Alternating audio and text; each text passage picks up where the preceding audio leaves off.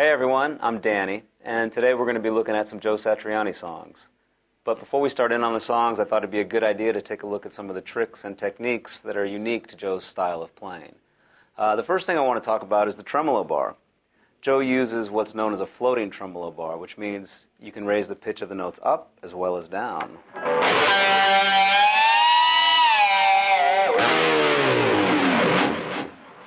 So what I did here was I took a harmonic on the 5th fret of the G string, then raised it up. And then I took the low E string and brought it down.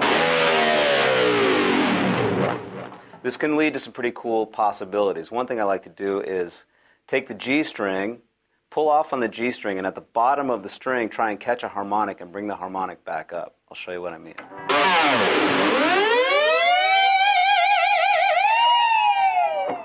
So I caught the harmonic on the 5th fret of the G string. And this can also work if I go up an octave to the 17th fret of the G string.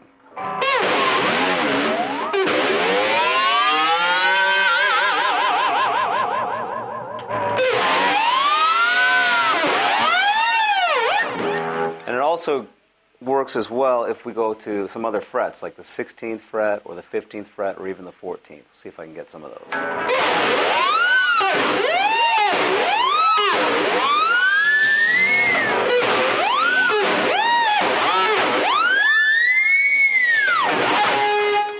Another thing you can do with the tremolo bar is you can kind of slap on it a little bit and you get this kind of effect.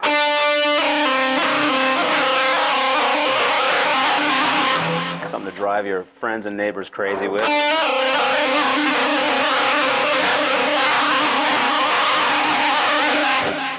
If you've seen Joe play live, you may have noticed that one thing he does with the tremolo bar is he'll take the tremolo bar and bring it down with his left hand so he can get some pinch harmonics with the right hand, like this.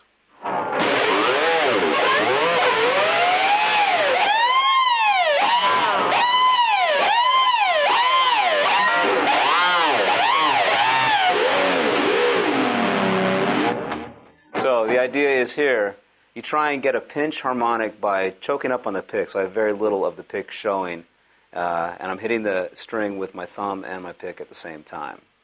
Then the left hand grabs the tremolo bar, brings it down, and I try and pinch the string while the tremolo bar is down. Okay, another thing I'd like to talk about is pick tapping. This is where you use the side of the pick to tap hammer-ons instead of using one of your fingers from your right hand. So if I take a lick, say, between the 9th, 11th, and 12th frets with my left hand,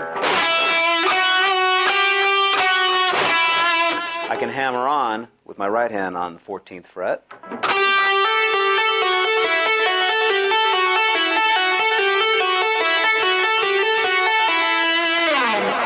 Or I can double up on some of those notes with the first finger of my right hand.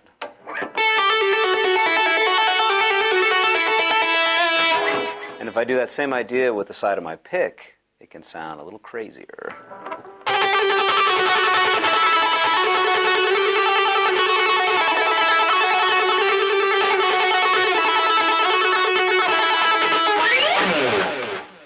Kind of cool. Okay, another thing I'd like to talk about is scales. When we're playing these scales, we're going to be playing all over the neck. So it's a good idea if you know your major scales in 3 octaves.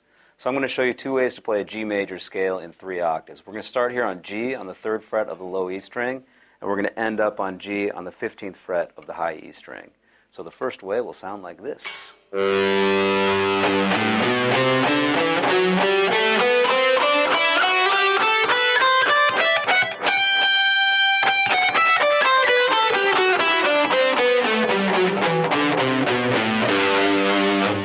So what I was doing here is I'm playing up the G major scale. I played G, A, B on the E string, and then C, D, E on the A string.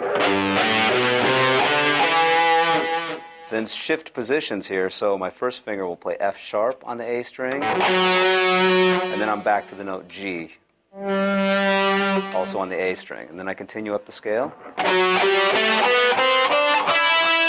going to shift positions here.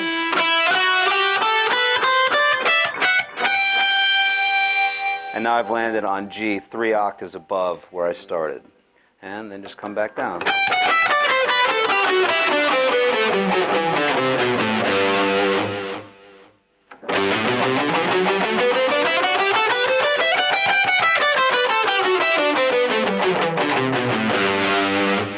Okay, I'm going to show you one more way to play a 3-octave G major scale. This time I'm going to shift on the B string, and it will look like this.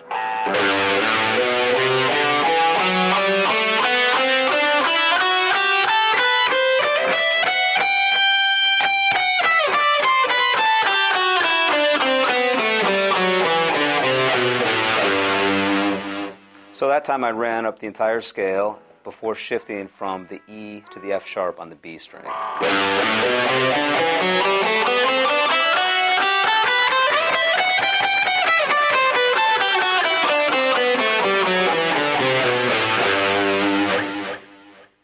Okay, and finally, before we start in on these songs, I want to talk a little bit about legato. We're going to use a lot of legato techniques in these songs, which means hammer-ons and pull-offs.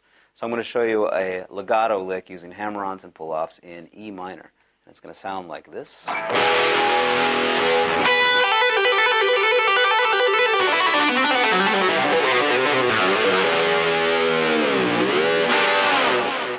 So what that is, I'm playing a 6-note phrase in E minor. Starting on the high E string, I'm playing 7th fret, 3rd, 5th, then 7, 5, 3. So it's 6 notes altogether.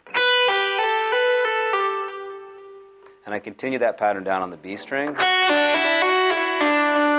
And I continue down on the G string, but I'm going to play between frets 4, 5, and 7.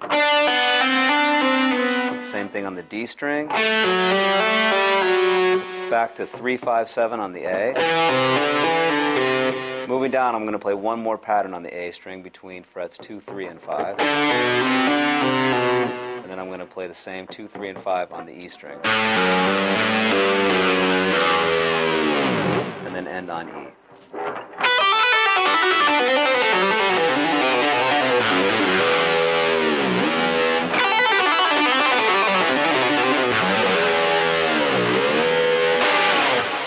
Okay, now let's get into the songs. So dig in, work hard, and have some fun. I'll see you in a bit.